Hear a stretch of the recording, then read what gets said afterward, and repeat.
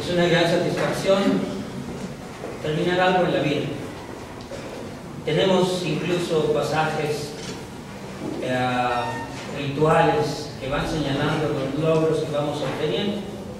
Por ejemplo, al final de la primaria recibimos un certificado, se hace una ceremonia, lo mismo en la secundaria, etcétera, etcétera, hasta llegar, si alguno así lo hace, hasta llegar al grado máximo que es el doctorado, ¿verdad? Y tenemos esos pasajes rituales que nos hablan del completamiento de algo. También tenemos otros pasajes que nos hablan del inicio de algo en la vida. Por ejemplo, el bautismo marca el inicio de la persona, del infante, dentro del camino cristiano. La boda marca el inicio de la vida común de esa pareja y la formación de una familia, ¿verdad? Y hay otros pasajes así rituales que nos hablan de cómo nosotros vamos señalando las fechas importantes, los acontecimientos importantes dentro de nuestra vida. Jesús había logrado mucho. A veces le había costado trabajo, porque aunque sus discípulos habían estado con él, aunque habían aprendido, aunque lo habían escuchado, de pronto en algunas ocasiones le decían: oye, Señor Jesús, ¿cómo dijiste que se interpretaba eso? Señor Jesús, ¿qué significa esta parábola? Señor Jesús, la verdad no entendimos, explícanos. Y incluso algunas otras cosas que habían visto hacer al Señor Jesús, de pronto le decían a Jesús: oye, Señor Jesús, ¿cómo es que nosotros no pudimos hacerlo y tú sí? Y entonces el Señor Jesús, una vez más, a veces pacientemente, a veces impacientemente, volvía a explicarles, volvía a decirles el significado, volvía a presentar lo que tenían que hacer antes de lograr las cosas que era necesario hacer. El Señor Jesucristo también empezó algo que ha sido importante para nosotros como humanidad y ha sido tan relevante que hasta hoy todavía lo seguimos representando, lo seguimos recordando, lo seguimos celebrando. Y eso, por supuesto, se inició con su nacimiento y, según Pablo, incluso más allá de su nacimiento. Pero empezó su última etapa allí en la cruz. Cuando fue clavado, cuando fue levantado, cuando fue escarnecido, cuando fue hecho un hombre de oprobio. En otras palabras, un insulto para todos, especialmente para el pueblo de Israel. Porque como ya comenté, la cruz no era un castigo hebreo, israelita, sino un castigo romano. Además, Jesús había sido despojado de sus ropas. Y de acuerdo que cuando con el Antiguo Testamento la desnudez era algo que no debería verse, era algo que no debería presentarse en el pueblo de Israel. Se consideraba algo indigno la desnudez. La desnudez solamente se permitía entre la pareja, especialmente y allí, ¿verdad?, en su aposento. Cualquier otra persona que viera la desnudez de su padre, de su hermana, de su hermano, había cometido algo muy indigno.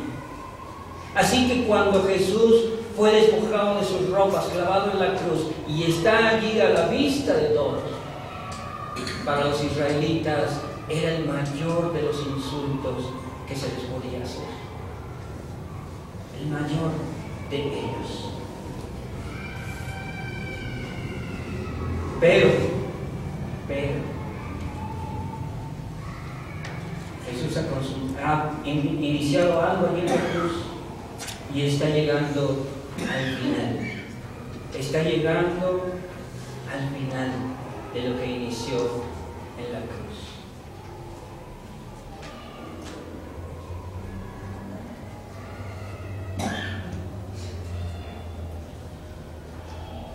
Es muy difícil cuando nos acercamos al final de nuestra vida como seres humanos, decir: estoy listo, estoy preparado,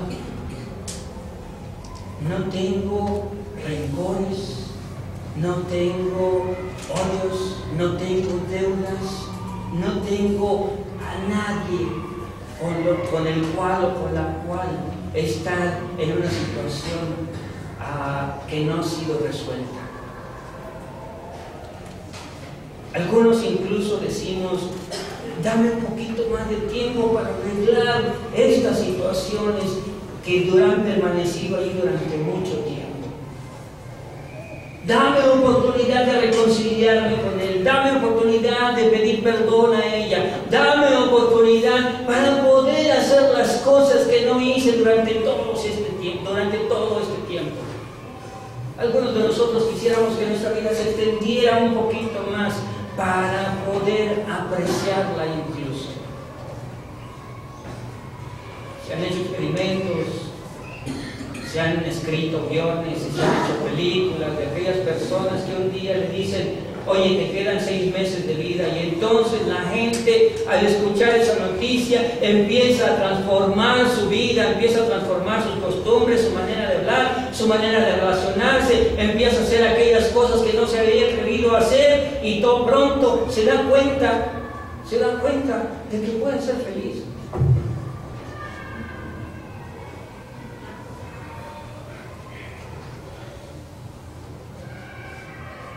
Pero no fue posible todo eso sino hasta que le dieron la noticia de que iba a morir. Si a ustedes, hermanos y hermanas, les dieran la noticia de que les quedara un determinado tiempo para vivir, ¿cómo lo vivirían? ¿Qué harían? Y cuando llegara ese momento, podrían decir: estoy listo, estoy lista. Pude hacer todo aquello que ese tiempo extra me concedió.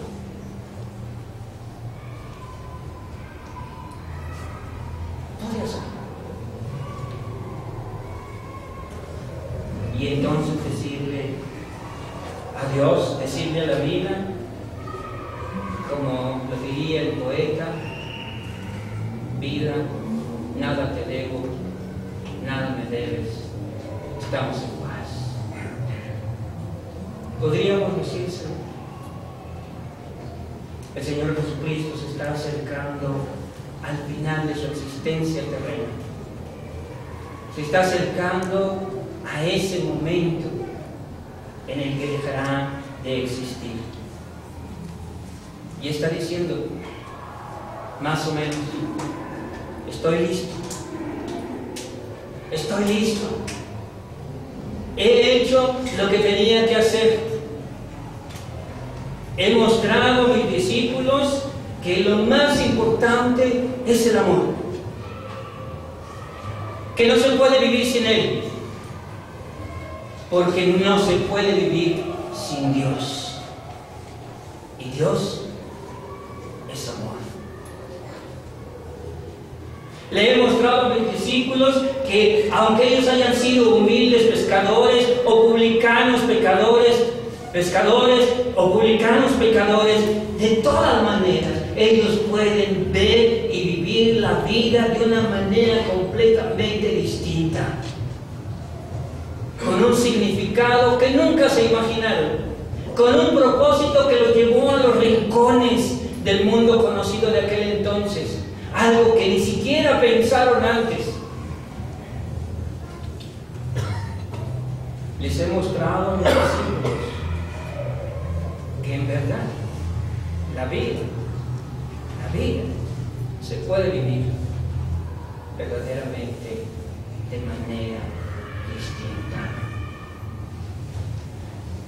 de manera diferente. Así que estoy listo. Estoy listo. Estoy listo. Y no lo hizo en esta voz que yo les estoy diciendo, ¿verdad? Lo dijo en el tono de una persona que está agonizando, pero que sabe que ya no le queda más que hacer. Yo les he comentado que visitaba yo a una persona que también estaba en una situación donde ya era irremediable, donde se le había dicho que eso ya era terminal, la enfermedad que tenía. Y cada vez que lo visitaba me decía: pastor, estoy listo. Cuando el Señor me quiere llegar, estoy listo. Y luego me contaba un poquito de su existencia, de su vida. Me decía: pastor, he trabajado durante tantos años, estuve allí, hice todo, pude sostener a mi familia, pude darles todo lo que pude y nunca me dejé llevar por esto y por aquel. Traté de siempre con mis allegados, con los ayudantes que tenía allí, enseñarles cómo vivir la vida sin palabras obscenas, sin esto, sin aquello, y cómo hacer las cosas de manera distinta. Y por eso cuando lo escuchaba yo hablar y decir: pastor, estoy listo, verdaderamente yo decía: entonces, hermano, pues ¿qué más le puedo decir? Su existencia ha sido plena, ha sido llena, está usted bien, así que pues espere. Sí, pastor, esperaré, y cuando el Señor me llame estaré listo. Así estaba el Señor Jesús, diciéndole a su Padre: Padre, estoy listo. Estoy listo. He terminado. He acabado. Estoy listo.